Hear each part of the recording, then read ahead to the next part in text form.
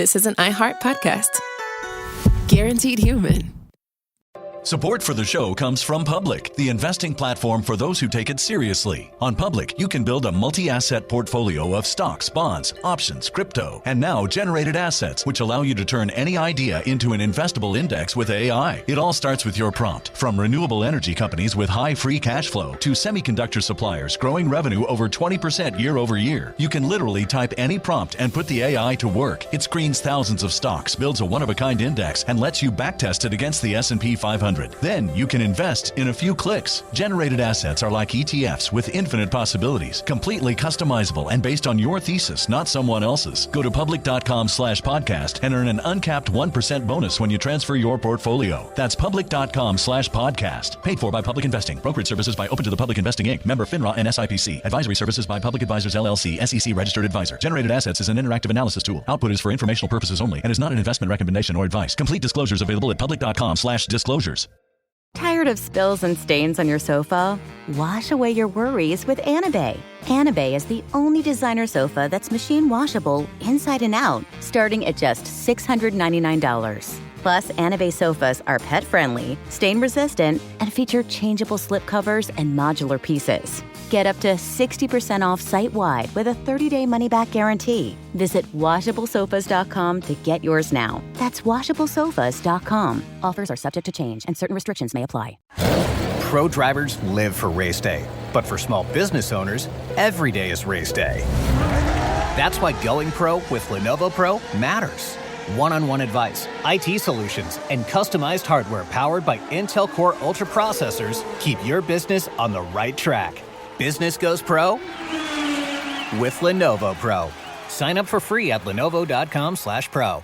Lenovo.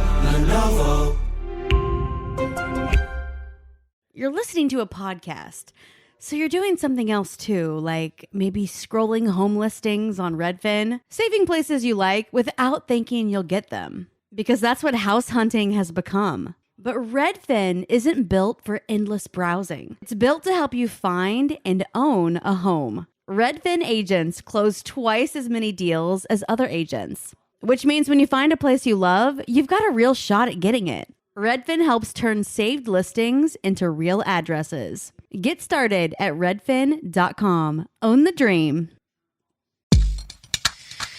Still Hitler. I'm Still Robert HF. Evans. Yeah, man. This is part 2 of our episodes. Why, Robert? Why?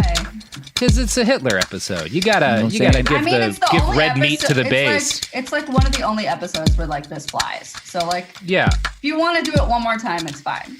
I did it. 2 times is enough. Two's enough. Two's a charm. I do my next Hitler episode. I give you permission. I give Robert permission. He's like, no.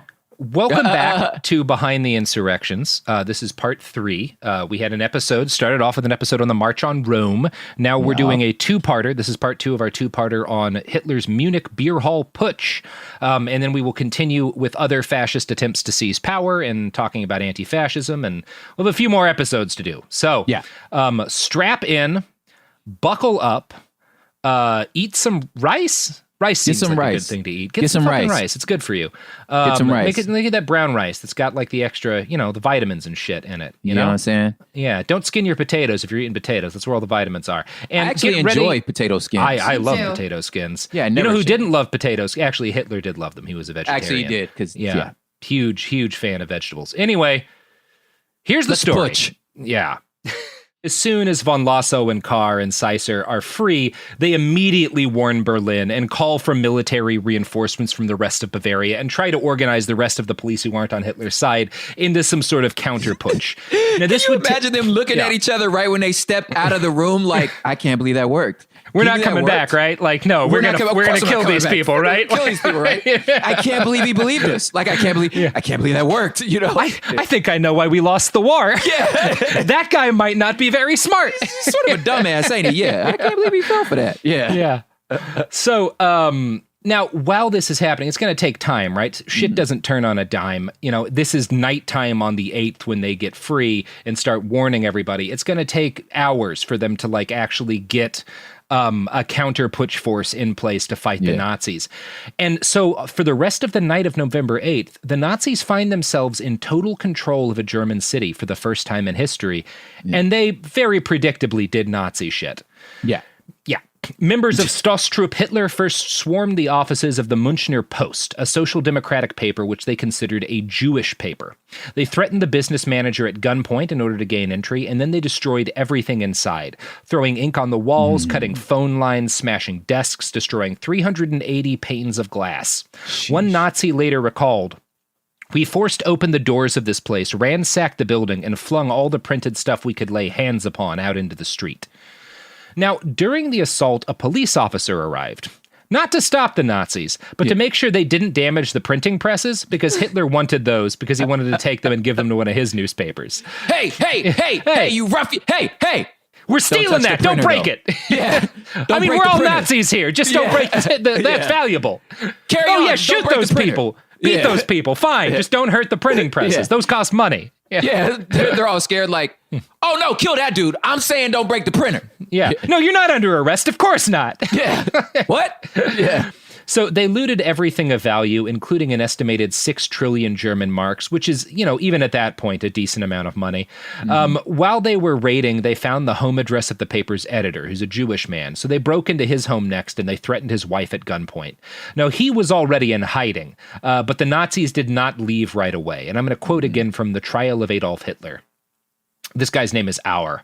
Auer's elder daughter, Sophie, asked the intruders to be as quiet as possible because her own 2-year-old daughter was sleeping. Maurice, ignoring the request, asked who the father was as he rummaged through their closets, laundry, and bedding. He then smashed up a cupboard and turned over bookshelves, apparently looking for weapons as much as any clue for the whereabouts of the editor.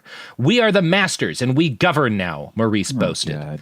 And that guy Maurice would wind up being Hitler's valet, like he was his driver and shit, and bodyguard for a while. Yeah.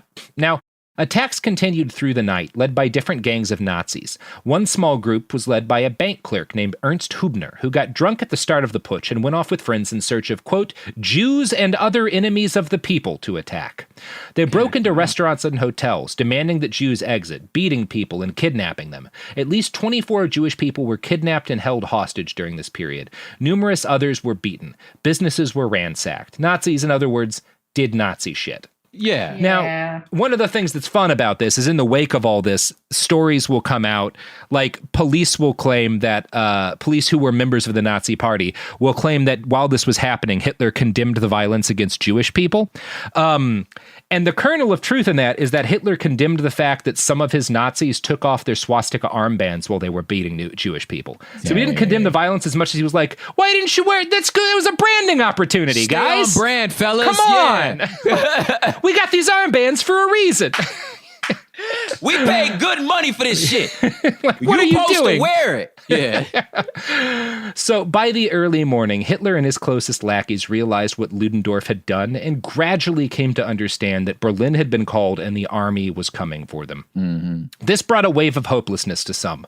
The rash nature of the putsch, the fact that the timeline had been moved up 2 days at the last minute, the poor communication, and the fact that a lot of time had been spent giving long Hitler speeches to rooms full of drunk people and beating up random Jewish people in the street, instead of securing Munich, meant that the Nazis were about to face off against the Bavarian army without full control of the city.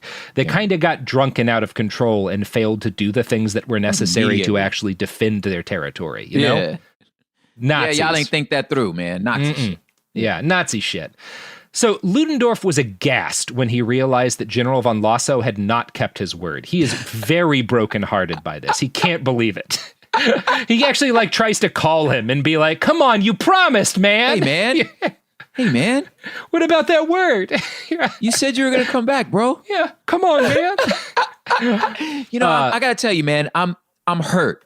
I'm hurt. I'm personally hurt, man. I'm not angry. I'm disappointed. You know? Bro, man, we're supposed to have some sort of code. Come on, man. It's so funny, dude. It's extremely funny. So Ludendorff is horrified. Hitler's just angry. And he insists that the Nazis go on with what most people now realize is a hopeless putsch. Hitler rants that he's prepared to fight for the cause and not a coward. He also screams that by betraying him, von Lossow and the other members of the triumvirate had forfeited their, quote, right to exist. Oh, God. Hardcore Nazi guy. I mean, he's Hitler, Hitler, like just be saying like, if it wasn't so violently dangerous, again, it's like the goofball thing where I'm just like, why you such a drama queen, bro? Like, they reserve their right to exist. Like, hey, man. Yeah. And Hitler was wearing those corny ass cargo shorts when he said it too. Right? Oh yeah. Just like, hey, man, I'm gonna fling my trench coat off and I got my two crosses in there. Like, bro, why the theatrics, man? Like, look, bro, this is unnecessary theatrical. Anyway, they exist the right to exist. Like, it's just Nazi shit. Like, okay, man, just if you gonna shoot the place up, shoot the place up. You ain't gotta do what is all this anyway?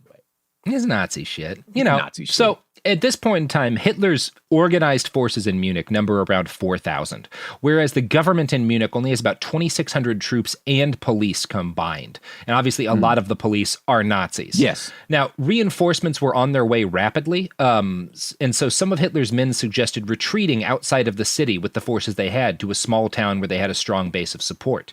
Ludendorff argued against that, and instead insisted that they needed to carry out a public show of strength and march through Munich in numbers to rally the people of the city to their banner. So, like, that's, kind of Ludendorff City is like, no, we can't retreat. If we start marching, the people will join us. We'll start the march on Berlin now. And I'm going to quote from The Trial of Adolf Hitler here. Okay. Perhaps a show of popular support would convince Kahr, Lossow, and Seisser to abandon their intention to oppose them. Surely, too, it was reasoned, the army would not shoot at a procession led by such a popular national figure as General Ludendorff. The heavens will fall before the troops fire on me, Ludendorff had told a colleague the previous day. The soldiers would, it was hoped, flock to the banner of the swastika. With a little luck, nationalist momentum might push Hitler to Berlin, just as it had propelled Mussolini to Rome. Wow. It didn't. It didn't. It didn't.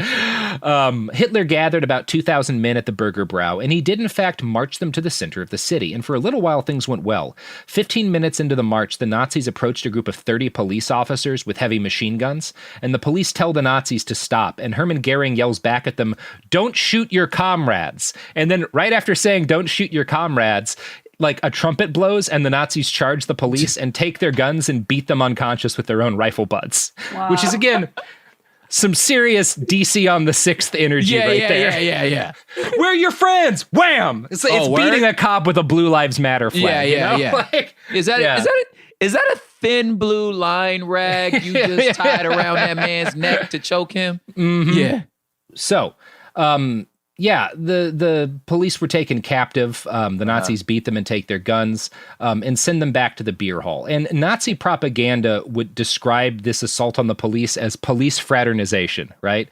Like it's us being friendly with the cops. Yeah. Now, this early success would not prove to be, how the rest of things went. Eventually, the crowd reached a barricade of 100 police officers, set up in a narrow street where their flanks were protected. The Nazis advanced, and while it's not known who started shooting, a gun battle ensued. 4 police officers and 16 Nazis were killed. Hitler was pulled to the ground by his bodyguard, and his shoulder was dislocated. Goering was shot in the groin and the leg. And this is actually why Hermann Goering, in the pictures you see of him as like, when he's in power, is like heavily overweight. It's why he becomes a morphine addict. Like he's horribly injured and he gets addicted to painkillers. And then he like starts overeating when he can't be on painkillers in order to deal with, like, he's badly hurt by this. Now, there's a couple of different stories about what happens with Ludendorff. The most common one that like Ludendorff backs is that while all of this gunfire is going on, he marches like straight backed, unharmed up to the police line and is taken into custody, just completely unfrightened of bullets. Historians tend to suspect that, like, no, he was a soldier like Hitler and everyone else who had military experience. He dove for the ground when the shooting started. That's what you do, right? Shooting. Like you don't stand up. Yeah, no one stands up. You go to the fucking ground. Like that's what. Yeah. Yeah. And Hitler gets really messed up by this too. Like I said, his shoulder is like really badly dislocated. He doesn't get shot though.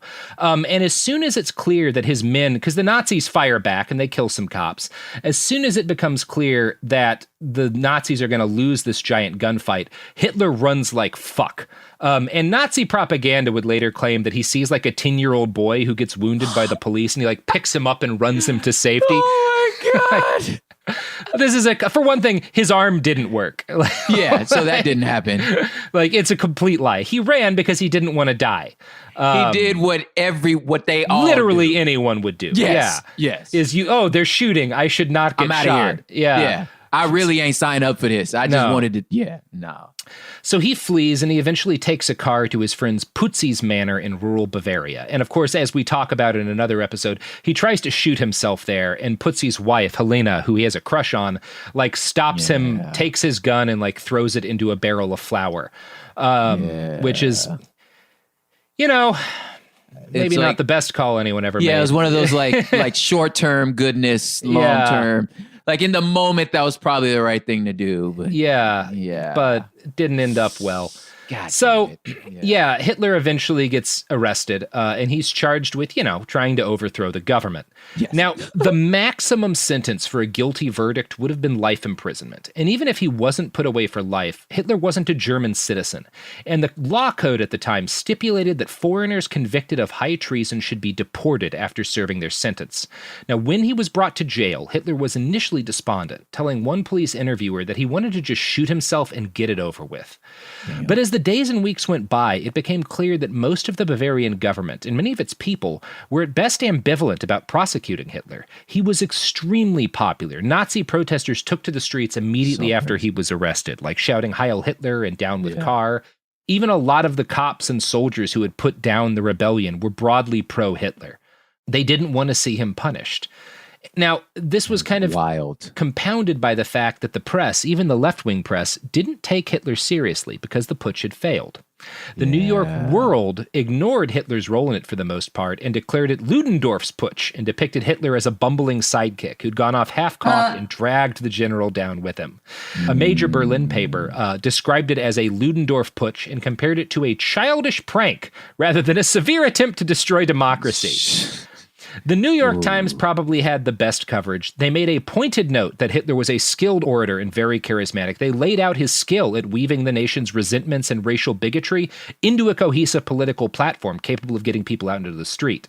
The New York Times falls down on the job a lot later with Hitler. Yeah. But at this point, like, they see, at least that writer sees the danger, Yeah. Now, meanwhile, in France, a left-wing paper, the Republique Françoise, the French Republic, I guess is the name of the paper. Yeah, we'll call in French. it that. Yeah, and it's like, this is a very, like, a socialist paper. It warns its readers that the real victim of the putsch was not the Nazis, but the Bavarian government, who had brutally suppressed a popular uprising. The trial of Adolf Hitler notes, it was instead a war between two different visions of dictatorship, and the most dangerous one, it believed, was not the one suppressed. Several papers on the left agreed with this assessment. Hitler, in his defeat, looked ludicrous and less menacing than the state authorities who had stopped him. The illusion would only grow in the coming months. So, God. No, the state's way worse than Hitler, Oh, God. Like, he's just a silly dude. Yeah. God, yeah. Again, the lesson of history is that no one has ever learned a lesson from history. Ever. Not a single person. Not a... God damn it, man. God damn. And the idea... The part that's so chilling is, like, him sitting in prison, almost...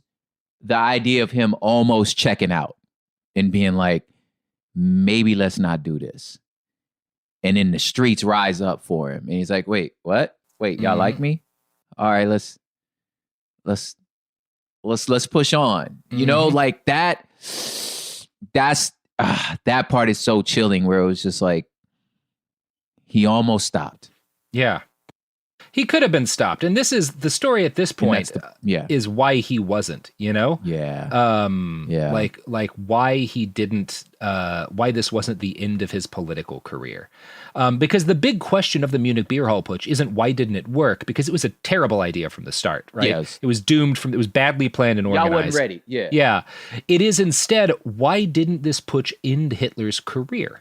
And the answer to that question comes once again down to the justice system. Law enforcement, the police in Munich in particular, were critical in allowing the Nazis to rise to power in the first place. And in 1924, the year of Hitler's trial, the Justice Department would prove critical in keeping his ambitions alive, or the justice system. I don't know what they call it in Germany, whatever. So Hitler goes to court, and as a note, they take him to court in like a military academy, and the academy is empty because all of the young soldiers being trained in the military academy were part of Hitler's putsch. So like Wow. to show Is you this- how Is this the trial? So I read Death of Democracy. yes. So is this the trial where the judge was essentially like, I don't give a shit, I like the guy?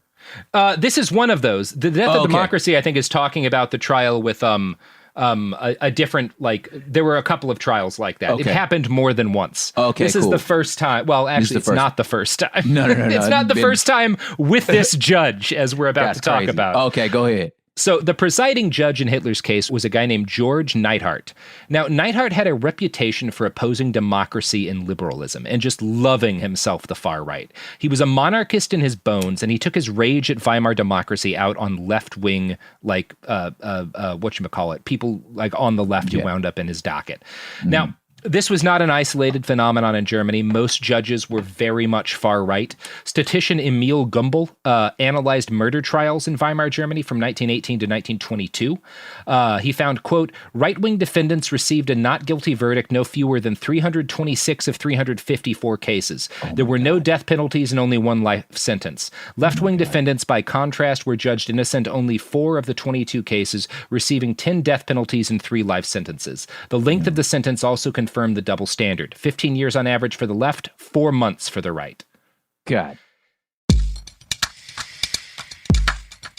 Support for the show comes from Public, the investing platform for those who take it seriously. On Public, you can build a multi-asset portfolio of stocks, bonds, options, crypto, and now generated assets, which allow you to turn any idea into an investable index with AI. It all starts with your prompt. From renewable energy companies with high free cash flow to semiconductor suppliers growing revenue over 20% year over year, you can literally type any prompt and put the AI to work. It screens thousands of stocks, builds a one-of-a-kind index, and lets you backtest it against the S&P 500. Then you can invest in a few clicks. Generated assets are like ETFs with infinite possibilities, completely customizable and based on your thesis, not someone else's. Go to public.com/podcast and earn an uncapped 1% bonus when you transfer your portfolio. That's public.com/podcast. Paid for by Public Investing. Brokerage services by Open to the Public Investing Inc. Member FINRA and SIPC. Advisory services by Public Advisors LLC, SEC registered advisor. Generated assets is an interactive analysis tool. Output is for informational purposes only and is not an investment recommendation or advice. Complete disclosures available at public.com/disclosures. Sink into affordable luxury. Anabe is the only machine washable sofa, inside and out. With stain-resistant slip covers and a cloud-like frame duvet, everything goes right in the wash. Plus, the modular design lets you change the look of your space anytime. Visit washablesofas.com to upgrade your home. Shop up to 60% off site-wide, with sofas starting at just $699 and a 30-day money-back guarantee. Shop now at washablesofas.com. Offers are subject to change, and certain restrictions may apply. Pro drivers live for race day, but for small business owners, every day is race day. That's why going pro with Lenovo Pro matters. One-on-one advice, IT solutions, and customized hardware powered by Intel Core Ultra processors keep your business on the right track. Business goes pro with Lenovo Pro. Sign up for free at lenovo.com/pro.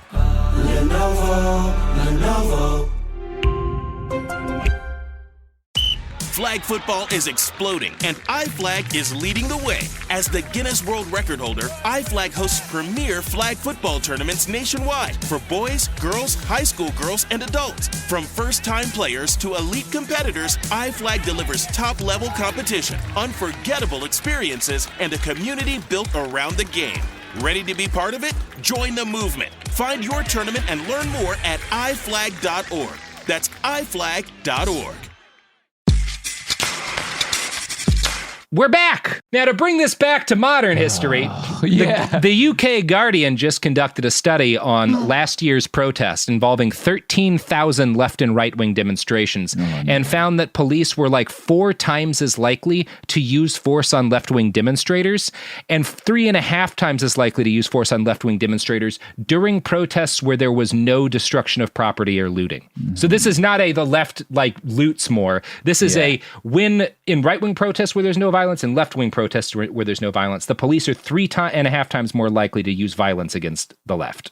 Cool stuff. Cool shit. It's the same. It's all the same. Broadly speaking, like we do, like our judges and DAs and stuff are in some areas are less like the Nazis were, right? Yeah. For one thing, they didn't transition from being under a king to a democracy and weren't all angry about that. Which is not to, like the whole Justice Department is stacked towards the right, but it's not as bad as it was for Weimar, but it's pretty bad. Yeah. Now, Neidhart had actually ruled on a case involving Hitler once before in January of 1922, when Hitler had attacked a rival politician giving a speech at another beer hall. Hitler had faced 3 to 6 months in prison then, and Neidhart had ordered him to serve just a month, although he'd also put him on probation. And Hitler was on probation when he tried to overthrow the government in 1923. He was on probation. Wow. The man already on probation. Dang, then you like, oh, I know the judge. We good. The judge who knew that Hitler was on probation didn't bring this up at all during the trial, didn't inform the jury, made sure no one knew that Hitler was on probation when he tried to overthrow the government. Oh my God. It's extremely funny. Yeah. It's rad as hell. No notes. So, the website Famous Trials gives a good overview of how the case opened, and it makes it clear just how stacked the deck was in Hitler's favor. The presiding judge called Hitler to the stand. Consistent with German procedure at the time, the questions came from the judge, not the prosecutor, although they were written largely by the prosecution. In the afternoon session, Hitler gave a nearly 4-hour opening statement that dazzled spectators. He began by telling his life story, then shifted to his political vision. He was animated, his voice rising and falling as he laid out his vision of the country's problems and hopes for the future. He was unsparing in his criticism of racial minorities and left-wing ideologies, calling communists not even human. He blamed the government in Berlin for the economic crisis, saying it had practically robbed the people of the last marks from their pockets. He said, "Policy is made not with the palm branch, but the sword." Hitler's words were reported around the world. Hitler claimed to want only the best for his people, and said he alone bore the responsibility and also every consequence for the failed putsch. He compared the Bavarian leaders who turned on him to a horse that lost its courage before the hurdle.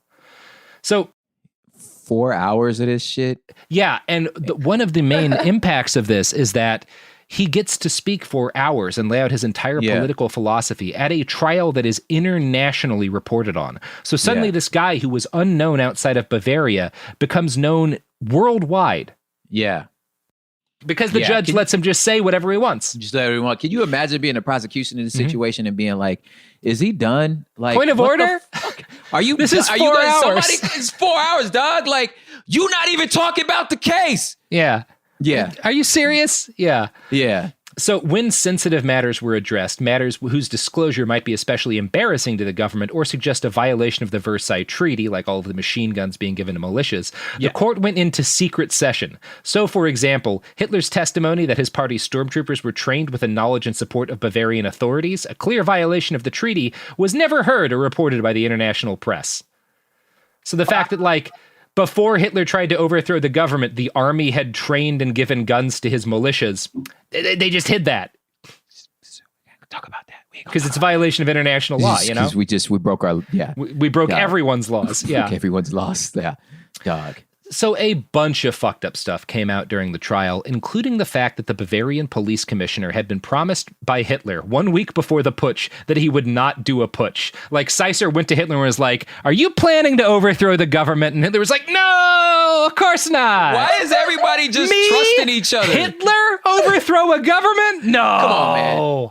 Hey, we're good, bro. We're good. Don't even trip. We're good. Can I have some more machine guns? Like 30 more, maybe, tops, right? Like 30 more machine guns for duck hunting, you know? I tell you what, pass me them guns. Promise you everything's cool. Mm-hmm. These are not overthrowing the government guns. They're,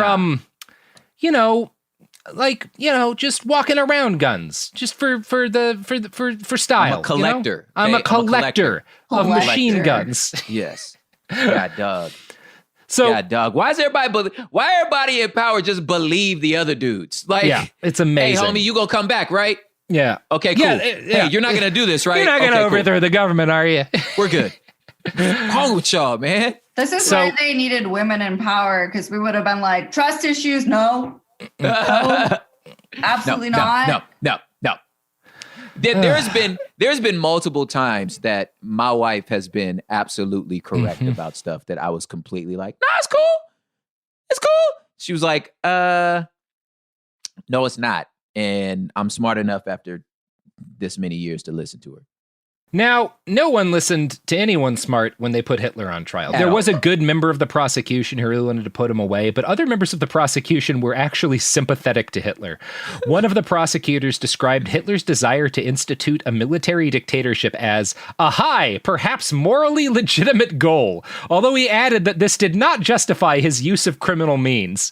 Hey, man, you were right to overthrow the government to institute a dictatorship, but did you have to use violence? Hey, man. Not like this, bro. Peaceful protest, Hitler. Come on, man. Not like this. The prosecution, some of the prosecution at least, praised Hitler's honest efforts to inspire belief in the German cause and said, as human beings, we cannot withhold our respect from Hitler. What the?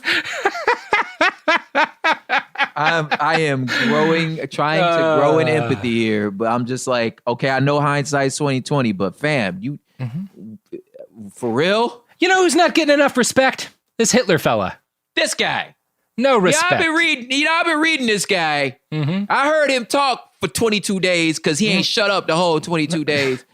And I think something in there. I think this guy might be a pretty good Hitler. Might be our best Hitler, you know? Yeah. Let's give him a shot. Wow. On March 27th, Hitler gave his final statement, as defendants were allowed to do under German law. Hitler told the court that his goal was never to become a minister. Instead, I wanted to be the destroyer of Marxism. He said he was born for politics, and just as a bird must sing because he is a bird, he had to engage in a political life. He felt he had the duty to step forward and save Germany. The Putsch was not a failure, Hitler said. On the contrary, it raised people to the highest pitch of enthusiasm. He predicted the hour will come when the masses who stand in the streets under our swastika flag will unite with those who fired at us on November 8th. He said, the army we have formed is growing from day to day. Hitler's words moved a number of people in the courtroom to tears.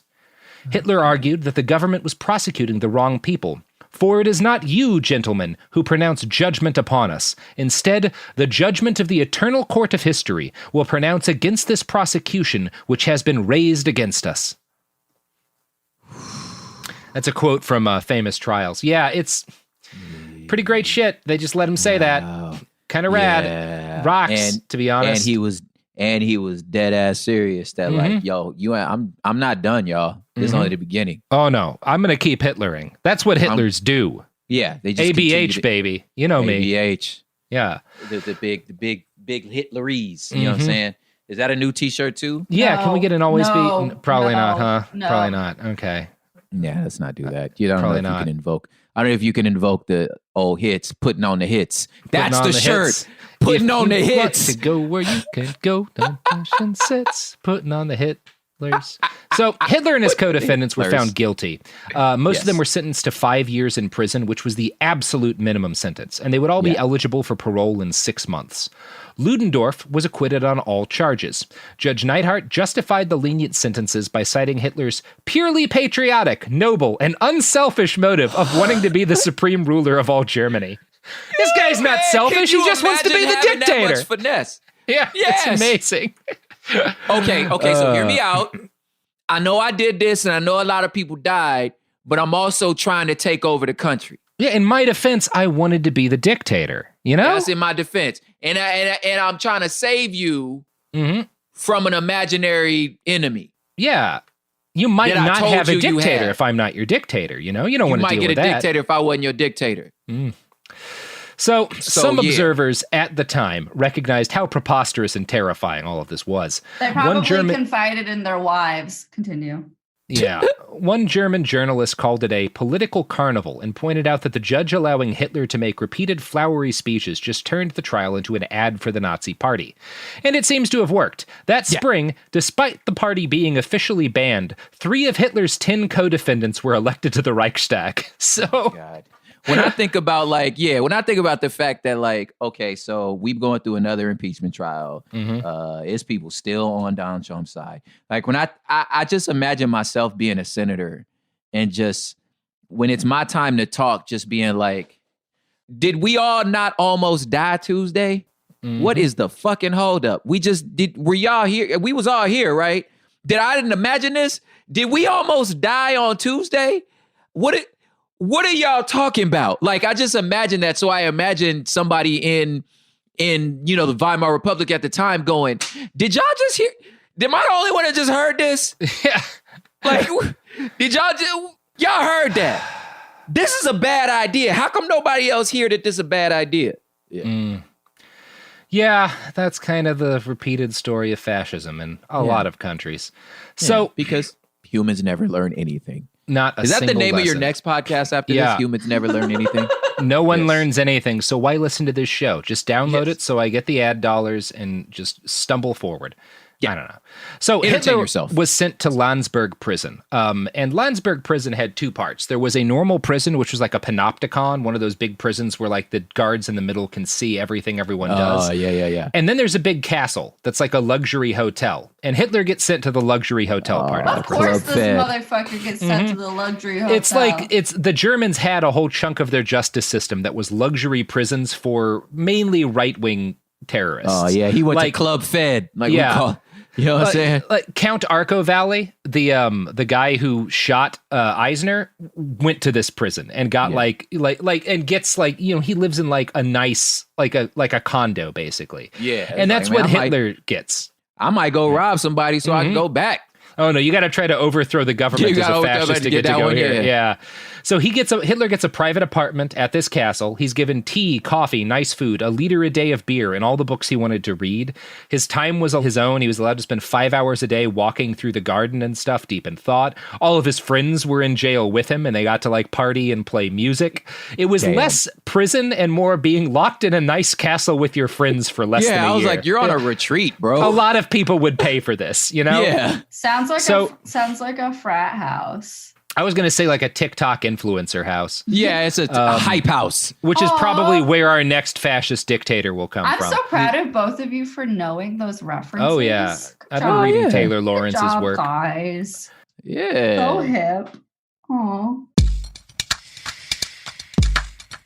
Support for the show comes from Public, the investing platform for those who take it seriously. On Public, you can build a multi-asset portfolio of stocks, bonds, options, crypto, and now generated assets, which allow you to turn any idea into an investable index with AI. It all starts with your prompt. From renewable energy companies with high free cash flow to semiconductor suppliers growing revenue over 20% year over year, you can literally type any prompt and put the AI to work. It screens thousands of stocks, builds a one-of-a-kind index, and lets you backtest it against the S&P 500. Then you can invest in a few clicks. Generated assets are like ETFs with infinite possibilities, completely customizable and based on your thesis, not someone else's. Go to public.com/podcast and earn an uncapped 1% bonus when you transfer your portfolio. That's public.com/podcast. Paid for by Public Investing. Brokerage services by Open to the Public Investing Inc. Member FINRA and SIPC. Advisory services by Public Advisors LLC, SEC registered advisor. Generated assets is an interactive analysis tool. Output is for informational purposes only and is not an investment recommendation or advice. Complete disclosures available at public.com/disclosures.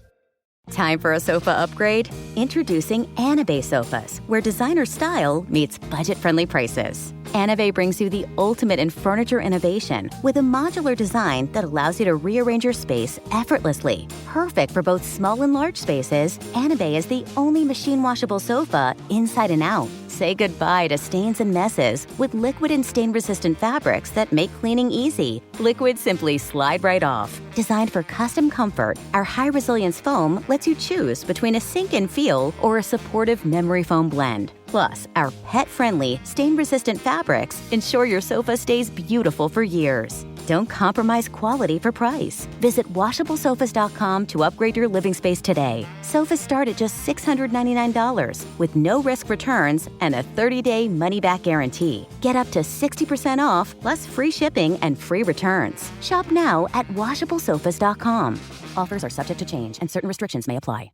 There's no championship league for small business owners, but if there was, you'd be at the top of the standings. Because going pro with Lenovo Pro means you've got the winning formation. One-on-one advice, IT solutions, and customized hardware powered by Intel Core Ultra processors help you stay ahead of the competition. Business goes pro with Lenovo Pro. Sign up for free at lenovo.com/pro. Lenovo.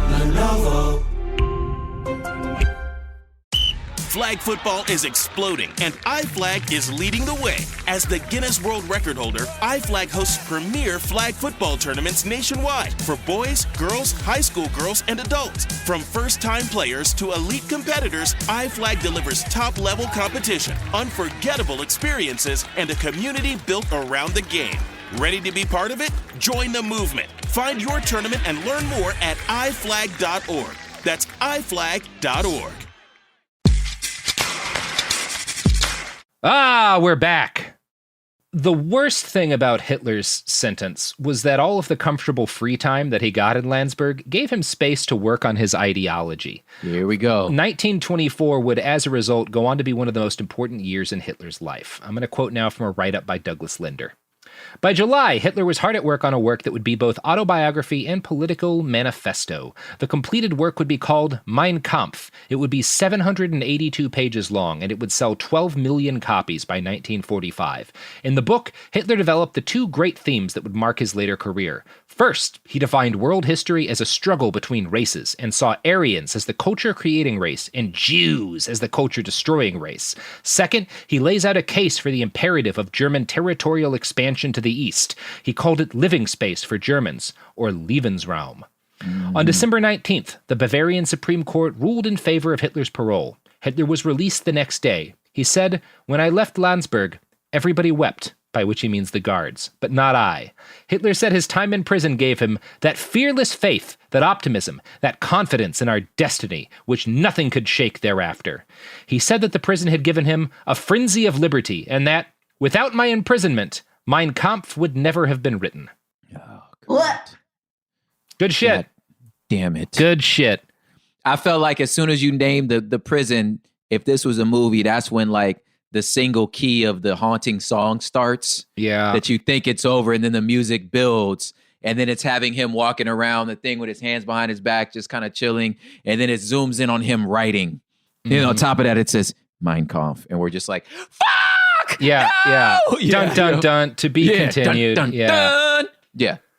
Yep. It's good stuff. So, Yeah. prop.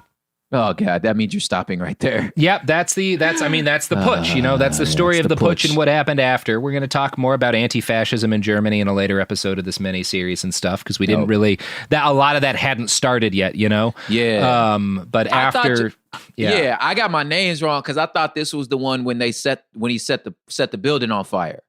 No, that's the Reichstag fire. That's the Reichstag fire. That's what he's already in power when that happened. At that point, right? Yeah. Okay.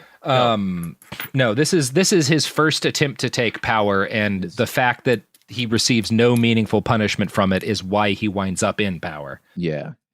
Which is like, wow, it's rad. So you it's should super probably, cool.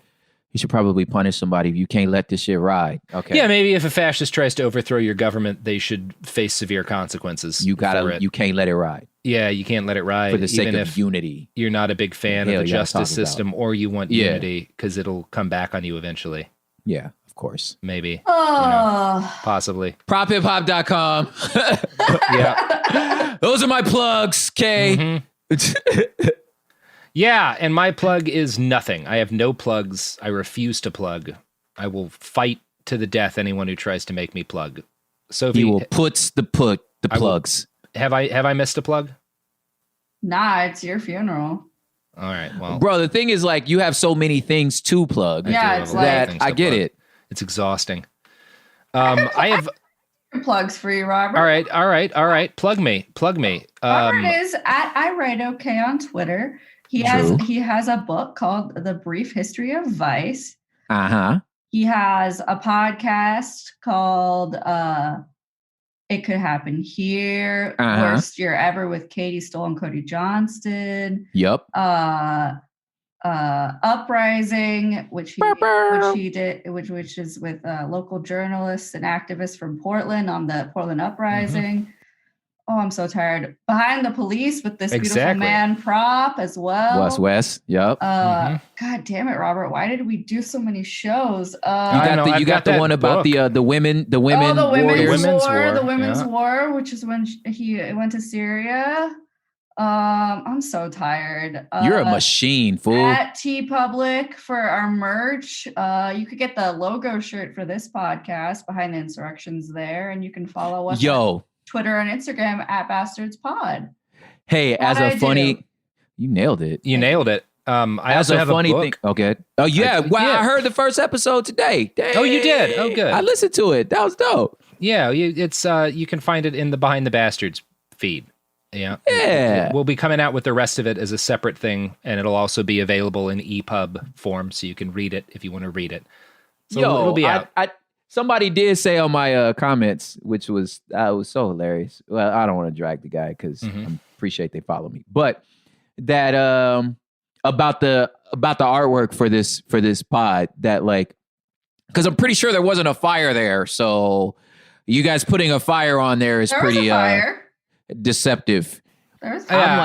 Guys, it's You're number thinking one. What I'm thinking. They turned around the logo in like 2 days, and this was the best thing we could think of. I think it's fine. Idea that I had, that if somebody wants to create for me, like, I love you so much. It was a fun idea, yeah. My favorite idea ever is I wanted to take like in regards to like the show Friends when they're on that couch and on a fountain.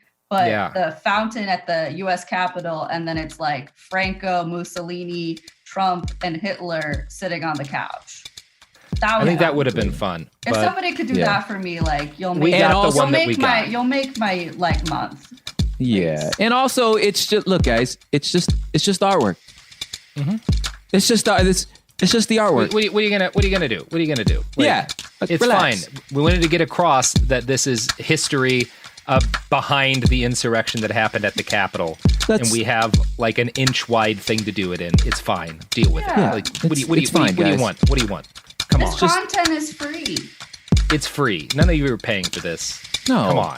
Unless you're buying our wonderful products and services. In which case, thank you very much. Yes. Thank you very much. We love you. And we love products, services, all that stuff. Yeah. All right. Episode's over. Have a nice day.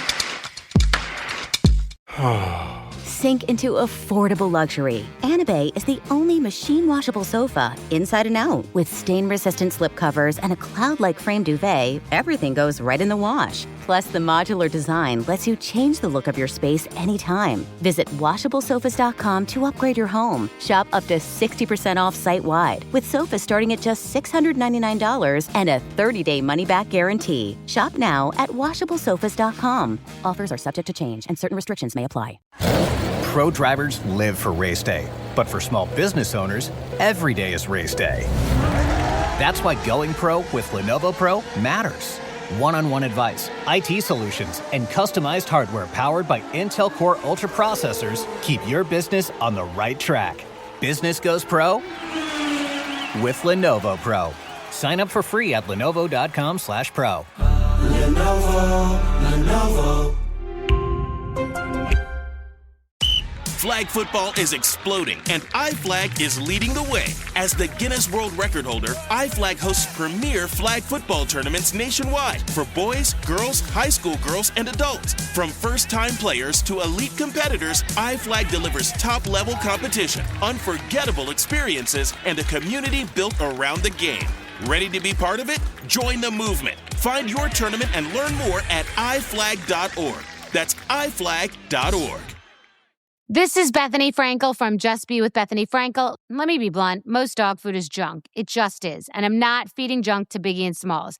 That is why they eat Just Food for Dogs. It's real, 100% human-grade food with ingredients I actually recognize, not mystery pellets pretending to be healthy. And once I switched, the difference was obvious. Better digestion, better skin, more energy, dogs who actually feel good instead of just surviving dinner. Here's the thing. You care about quality. You make an intentional choice to be healthy. So why are you gambling with your dog's health? So let's think about our furry babies. Go to justfoodfordogs.com right now and get 50% off your first box. No code, just try it. Because once you see the difference, you're not going back. This is an iHeart podcast. Guaranteed human.